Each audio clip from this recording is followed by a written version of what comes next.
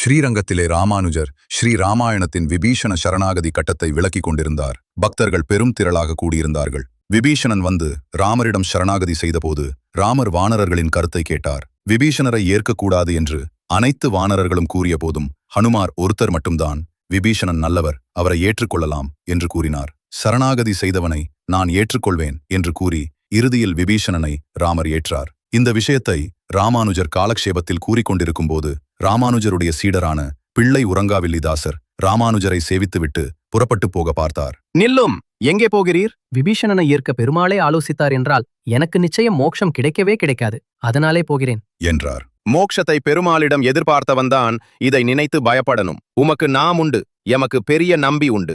நான் எனது குரு பெரிய நம்பியின் திருவடியை பற்றி இருக்கிறேன். அதனாலேயே எனக்கு நிச்சயமாக மோட்சம் உண்டு. நான் போகும்போது உங்களையும் அழைத்துச் செல்கிறேன், கவலைப்படாதீர்கள் என்று உறுதியாக ராமானுஜர் கூறினார்.